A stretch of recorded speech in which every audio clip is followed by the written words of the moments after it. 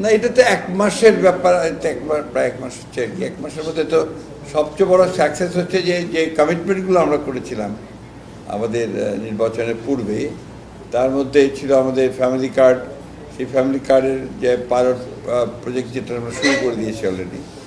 এরপরে ছিল আমাদের 10,000 টাকা কৃষি ঋণ সুদসহ মওকুফ, সেটা করা হয়ে গেছে।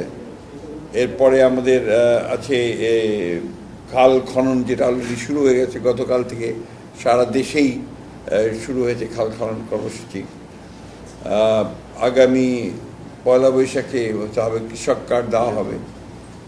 তো these are very big achievements. এটা ছোটোখাটো কোনো ব্যাপার না আর কি। মানে একটা সম্পূর্ণ নতুন একটা সরকারের 30 দিনের মধ্যেই এই কাজগুলোকে সামনের দিকে এগিয়ে নিয়ে যাওয়া এবং একটা শুধু কমিটমেন্ট না, বাস্তবায়নের দিকে এগিয়ে নিয়ে যাওয়া, এটা কিন্তু একটা বড় কাজ হয়েছে। আর বড় রকমের একটা ঝামেলাও এসছে। বিএনপির গভর্নমেন্টে যখনই আসে তখনই একটা করে ঝামেলা আসে আর কি। এর আগেও দেখা গেছে। এবার তো বড় এসছে আপনার ইরান যুদ্ধ।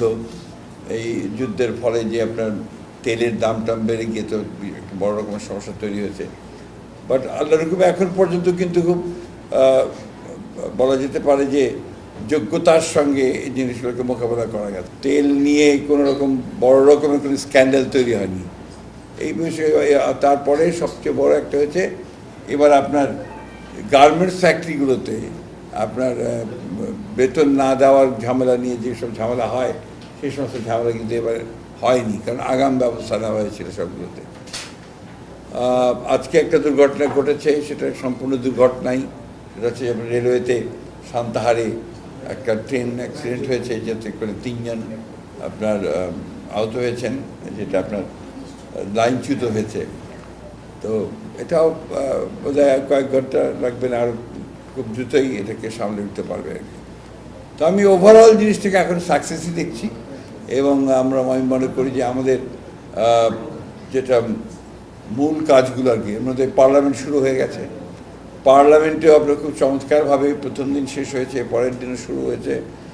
তাতে করে আপনার যে 135টা আপনার যে অর্ডিন্যান্স হয়েছিল, সেগুলো প্লেস করা হয়েছে ফর রাটিফিকেশন।